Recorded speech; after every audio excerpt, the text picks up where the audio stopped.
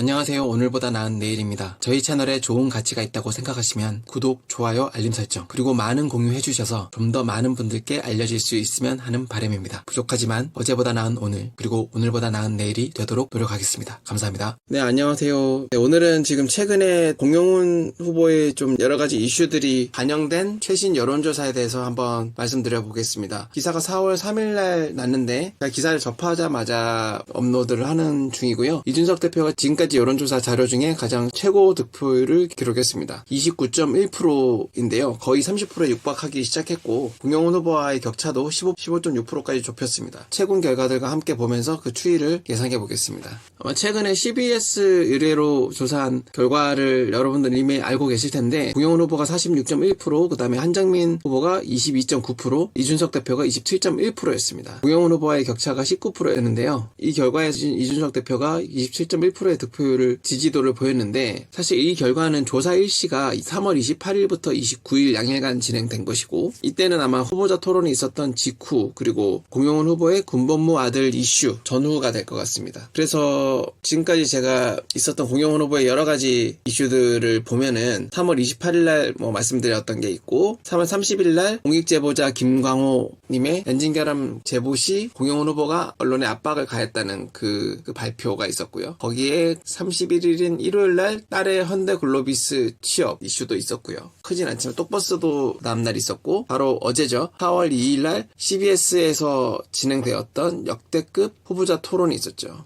이러한 이슈들이 지금 매일같이 쏟아지는 가운데 CBS의 데이터는 3월 28, 9일에 조사가 되었다면 오늘 보여드리는 이 결과는 엔진결함을 공익제보했던 김광호님의 이슈들까지 반영이 되었다고 볼 수 있겠습니다. 물론 공영훈 후보의 딸의 현대글로비스 취업도 어느 정도 영향이 있을 거고요. 그래서 이 결과를 한번 살펴보시면 드디어 이준석 후보가 29.1%까지 지지를 얻고 있습니다. 공영훈 후보가 44.7%였다면 그거와의 격차가 15.6%밖에 나지 않는데요. 이 데이터를 신뢰하고 우리가 더 상승세를 생각할 수 있는 이유는 지금까지 14개의 여론조사가 있었는데 공영훈 후보의 지지율은 사실은 많이 떨어지진 않았습니다. 데이터를 쭉 보시면은 36% 한 번 있었지만 대부분은 44%, 42%를 다 넘어갔죠. 다만 이준석 대표는 20% 초반의 지지율을 보였던 데 반해 최근 두 번의 결과는 27%, 29%까지 올라가게 된 것이죠. 이에 따라서 공영훈 후보와의 격차를 보여주는 데이터는 초반에는 20%에서 많게는 30%까지 차를 벌어졌었다면 지금 최근 4개의 데이터 중에 3개의 데이터가 10%대 진입을 했고 가장 최근 데이터는 15.6%까지 격차를 좁혔다는 것입니다. 물론 아직 갈 길이 많이 멀기는 하지만 이준석 대표가 20대 총선이었네요. 그때 제3지대로 노원에 나와서 여론조사 공표 금지 기간 동안 10% 이상의 지지율을 올렸거든요. 그래서 이제는 가시권에 들어왔다 생각해봐도 될 것 같습니다. 아무튼 오늘 길게 얘기하기보다는 제가 마침 자기 전에 여론조사 결과를 한번 체크해보다가 이것들을 발견을 해서 좋은 소식 전해드리고요. 기호일보의 의뢰로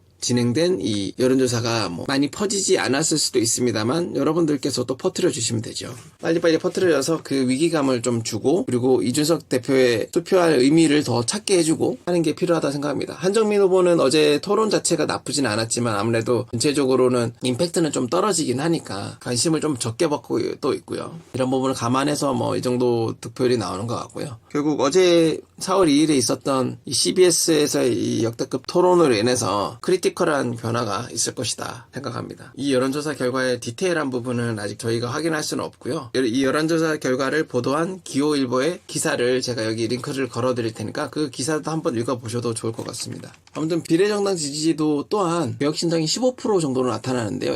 이 수치도 지금까지 14개 조사 중에 최고의 수치입니다. 직전의 수치도 13.9%로 최고의 수치였고 개혁신당의 지지도에 대한 변화도 계속적으로 늘어나고 있다는 점 참고하시면 좋을 것 같습니다. 아무튼 화성을의 비례정당에 대한 지지도에 있어서도 개혁신당이 상승세에 있다. 이 부분들도 눈에 띄게 높아졌다 말씀드릴 수 있을 것 같습니다. 화성정에 대한 데이터가 계속 궁금해가지고 좀 찾아보다가 4월 초에 2가지 결과가 나왔는데 안타깝게도 그렇게 좋지는 않습니다. 한 8%에서 10% 사이 정도인데 어쨌든 이준석 대표의 이 기세를 몰아서 다른 지역도 동반 상승을 할 수 있으면 좋겠습니다. 좀 실망스러웠던 거는 그 동탄 화성정에 대한 그 민주당 지지율이 너무 높아서 거의 60% 가까이 됐는데 과연 이게 사람을 보고 찍는 건지 그냥 당만 보고 찍는 건지 너무 편차가 심해질 대로 심해진 상황인 것 같습니다. 이 화성을의 물결이 화성 전까지도 흘러가길 바라며 전 또 다음 시간에 또 다른 여론조사 결과들로